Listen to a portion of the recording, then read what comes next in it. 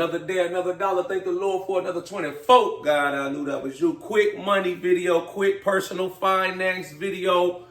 This video right here is for the average working 9-to-5 man. This ain't no Instagram influencer. No, I work from an exotic location on my laptop and I'm on vacation all year. This is for the typical 9-to-5 person. I'm not coming on here pretending I'm rich. I'm some kind of mega influencer. I get all these endorsements, shit like that. I got a regular job. I've been working as a correctional officer for 13 years. I'm by no means rich, but in my career, I've done well for myself. I've been able to buy a house. I bought my house back in 2015, hardly no debt. I to pay both of my cars off. I get to take vacation a few times a year, go out the country. I'm able to save, invest, put money in my retirement account.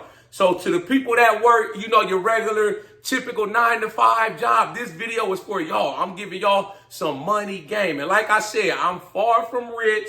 I grew up dirt poor. I grew up in the projects, Riverside, Bradley, on the west side of Columbus, Ohio. They used to call it the bottoms. If you call somewhere the bottoms, that tell you everything you need to know about where I grew up at.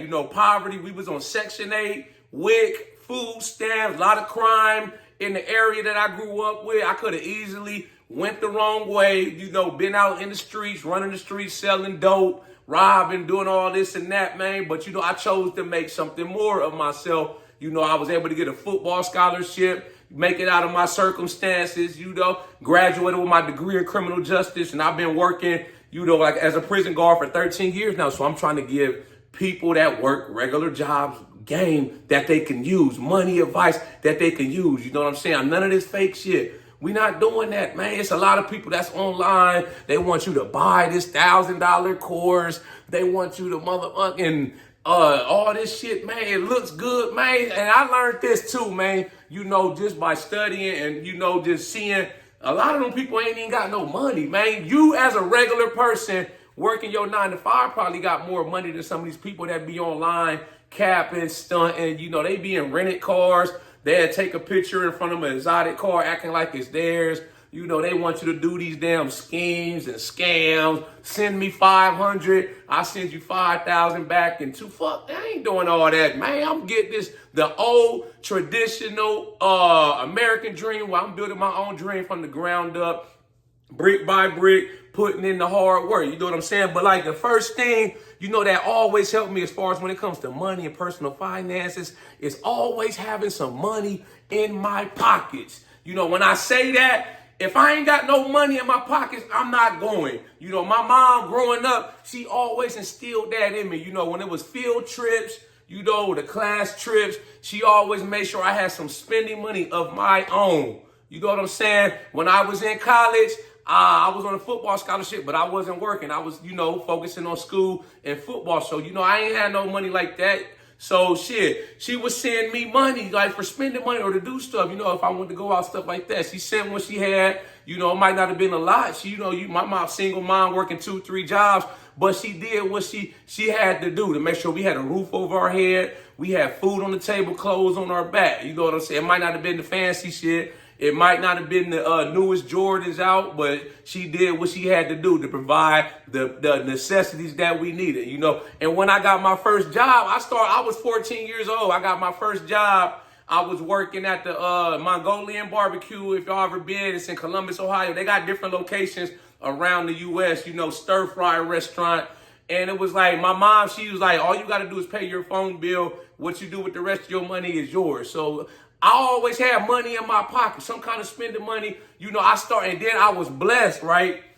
In high school, I had a math teacher. He put me on to stocks, investing in the stock market. So I was the type, I would go to the library and I would just rent books on whatever subject I was trying to learn, So I learned a lot about personal finances, stuff like that from an early age, and it always stuck with me. But that's like my number one rule right there, always have some type of money in your pocket. I'm not about to go nowhere if I ain't got no bread. I'm not going out to eat.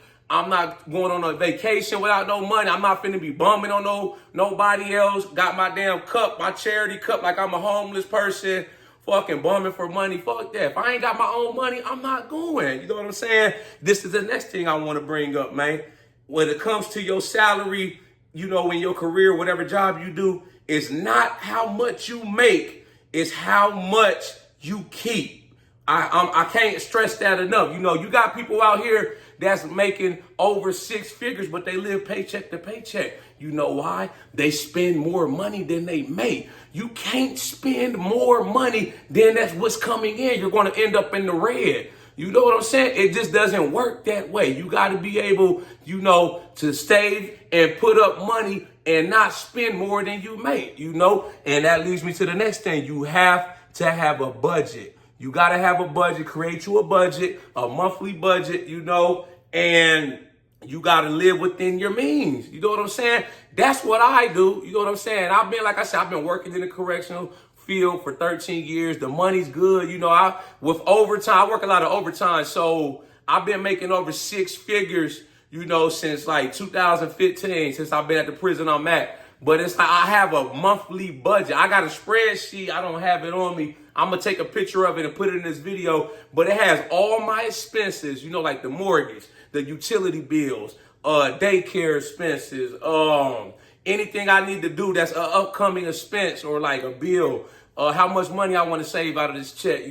I have it all written down so that way I know where all my money is. I need to see the shit. I can't just go eyeball it. I made this much money, so shit, that's how much money is in my account. No, I need to have every dollar accounted for. You want to have every dollar and know where every dollar is going to, because when you do that, that way you ain't spending money on unnecessary shit. You may have unnecessary subscriptions, stuff like that you don't even need. You know what I'm saying?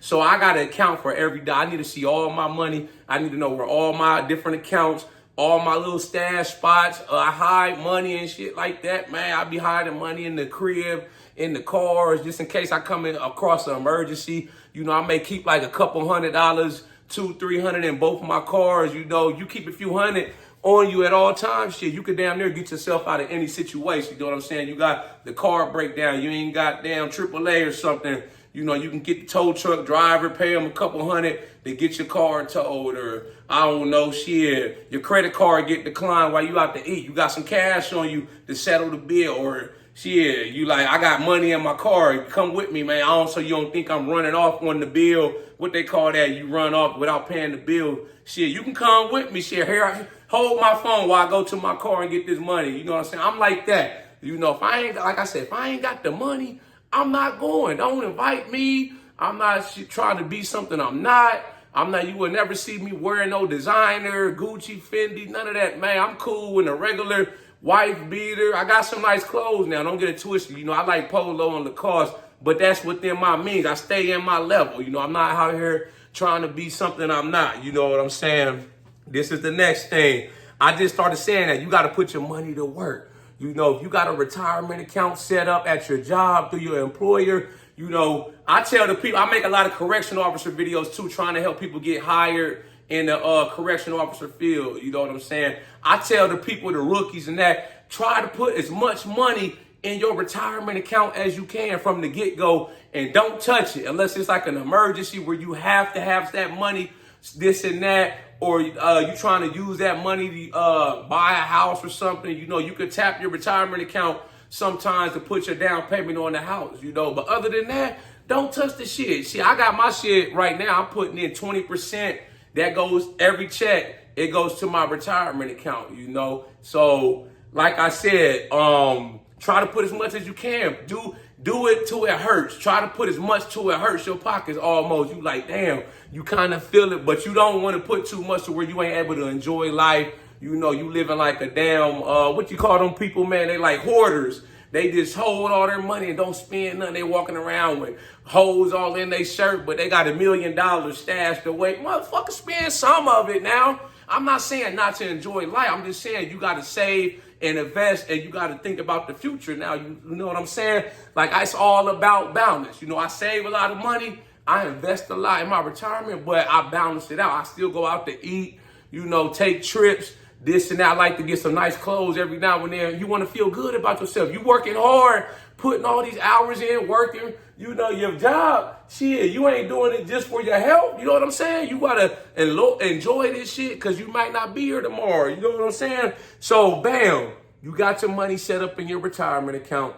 I feel like that's not enough though. So with me, like I said, I work a lot of overtime, so I be having a lot more money left over on my checks after I pay all my bills, save in my retirement account, stuff like that. So I take extra money and I invest that. I put it in the stock market or some crypto or something, shit like that. I keep it simple when it comes to investing. I don't be doing all these exotic day trading, penny stocks, options, contract, all that. I just buy a certain amount of stocks every time I get paid. Here lately, the past year or so, I take an extra few hundred. Sometimes when I work a lot of overtime, I may take an extra 1,000 from that check, and I just buy stocks. I keep it simple too when it comes to the stocks. I buy a lot of the big tech stocks like Tesla, Nvidia, Google, Amazon, Apple, Microsoft, anything you could think of. If you want to know more about the stocks, everything's online on Google. I did it the old school way, back when this is back in 2006. I'll just go to the library and read books. But everything these days is on YouTube, Google. You want to know more about the stocks. But like I said, I just keep it simple, And when it comes to the stocks and investing, the goal is to try to buy it as low as possible, hold it till you get a certain amount on your profit, and it reaches a certain level, then sell it. And that's what I do. I'll buy a stock, and hold it. And when I wait for it to get to about 25%, when I got like 25% gains, I take the profit, snatch it, and ideally I try to reinvest it into another stock. I'm looking for whatever stocks I've been buying, who's down the lowest. Buy the dips. That's what it's all about. When a lot of people, when they get started in investing, they start panicking, they get scared. When the stock market goes down or it crashes. You remember when COVID hit, all the stocks tanked, this and that. Everybody's talking about the stock market when everything's going up. Everything's in the green. Oh, you got people, oh, did you buy this stock? But when it go down, you'll hear a goddamn peep out of them. Me, on the other hand, I was buying the whole time. I was trying to get extra money because I'm buying the dip. If you go back and look, right, from all the stocks when they dipped, when COVID happened, when COVID first started to today, all of them the damn doubled and tripled. If you would have bought them dips, you were up right now. You know what I'm saying? So I always try to buy dips. I'll give y'all two prime examples. I remember when Meta, Facebook, they shares dipped all the way from like $300 a share to like $90 a share. I was buying as much as I could, and then I rolled it all the way back up to like $250 a share. I think today Meta is like down there like $500 a share. So if you would have bought at 90, you still holding on, you up. That just happened to me recently with Tesla. I've been in Tesla for years, you know what I'm saying? And Tesla had some issues. They stock dipped, I think, down to like 140. So I was selling stocks and I was buying more Tesla. I just looked a couple of days, I think it's at like 250, 260. So I done made cashed out. I took all that profit. I rolled it all the way from 140 back to 250, bam. This is the next thing I want to get into, man, as far as debt. You have to pay your debt off. You're either a master or a slave to debt. You got credit card debt, student loans, car payments. That's bad debt to me. You want to try to pay it off as fast as you can and be done with this shit, man. I don't want to have no debt outside of my house payment, Credit card debt. I'm the type now. I learned about this trick from one of my coworkers. What I do with my credit cards, I put all of my bills and monthly expenses, as many as I can, on my credit card, the one that has the cash back rewards points. You got to have a credit card that gives you cash back every time you spend it. So I put all my bills that I'm going to pay anyway on the credit card, right? And then I just pay it off at the end of the month so you don't get no interest. And it's almost like you're getting the credit card companies and the banks to pay you to use the credit card. By the end of the year, you put as many as I got like daycare, car insurance, utility. I pay almost every time I go to the gas station, I go out to eat. I put as many things as I can on the credit card and I just pay it off at the end of the month. By the end of the year, I'll be having damn about $700, $800, $900 in cash back rewards points. Guess what? My birthday is December 15th. I go out the country every year for the week of my birthday. I could take that money, boom, that's spending money right there for my vacation. I can go out the country and ball out when the credit card's down. I'm out there buying alcohol, cigars on the resort. Shit, kick back. You know what I'm saying? That's what it's all about. You know what I'm saying? This is my next point. Always have an emergency fund for unforeseen circumstances. When I say that, the car breakdown, the washer breakdown, you got to get a new water heater, the roof need fixing, stuff like that. You want to be putting a little bit of money to the side for emergencies. That's like your emergency fund. And don't touch it. It's only for emergencies. Don't touch it. It's not for you to goddamn grab some money to go take your girlfriend out to eat, the kids to Disneyland. No, it's for emergencies.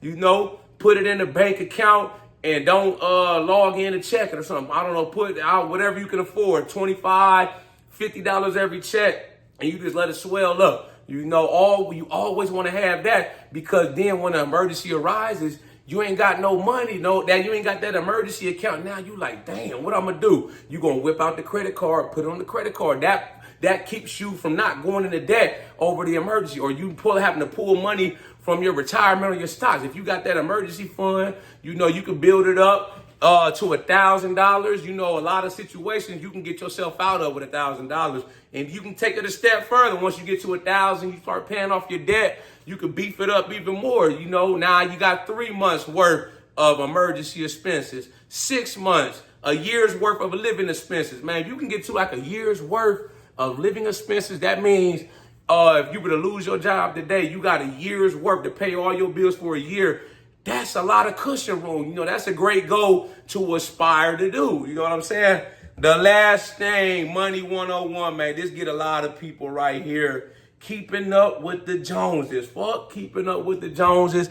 I don't give a damn what Susan and Fred up the street, the newest car they bought, they just got their pool in their back. I don't give a fuck about none of that. I'm staying in my bracket. I'm staying at my level. I'm not trying to compete with nobody. When you out here trying to compete with people, you know, keeping up with the Joneses, it just keeps you down. You know, the goal is to be up and nobody even know it. You ain't even got to brag about the shit. You just want to be able to provide for you and your family. Worry about your household. Stop worrying about what everybody else got going on. You don't even know, for all you know, Susan and Fred, that new car they got, man, it might have them living paycheck to paycheck. You know, you know how people do on social media. They only show you the good. I'm the type to show you the bad. Like, for instance, when I'm in the gym and I'm trying a new personal record on the bench and I don't hit it, I fail, I still post it to let people know, to keep people realistic. It's not always going to be about making gains. You know, some people, the fitness influencer, they only post the good stuff or the best angles. You know, I post a picture of me when I'm fat, you know, I'm bulking up, and versus when I do my cut, so people can see the transformation. You know, it's all about being realistic with people, man. This is the last thing I want to leave y'all with, man. You know, lending money to family and friends most of the time is a bad idea. You know, it's so much bad that can come from it. You know, me personally, you know, I try not to lend people money, you know, just because I've seen situations where it changes people, or it's like they don't pay you your money back and you start asking for your money, then it's like all of a sudden it's a problem. Like, how the fuck is it a problem if I gave you my money? How is it all of a sudden it's a problem when I ask for my money back? You know, so I just try to avoid all that. My mom, or somebody like my mom, or, you know, or like a day one, they got it. I mean, I give it to them if they're in the pinch or time of need. My mom, she called me for some money.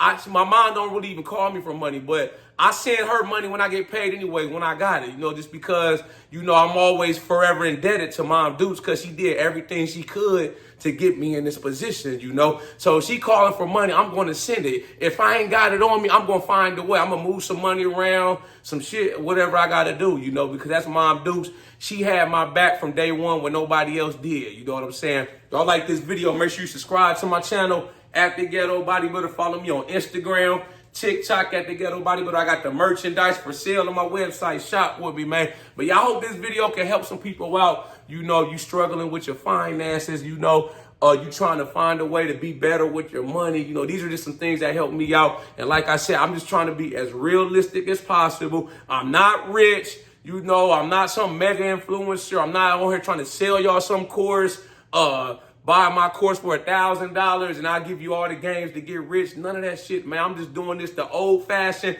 traditional American way, you know, keeping my head above water and making a wave when I can. Y'all got any comments, questions, topics for future videos y'all want me to shoot?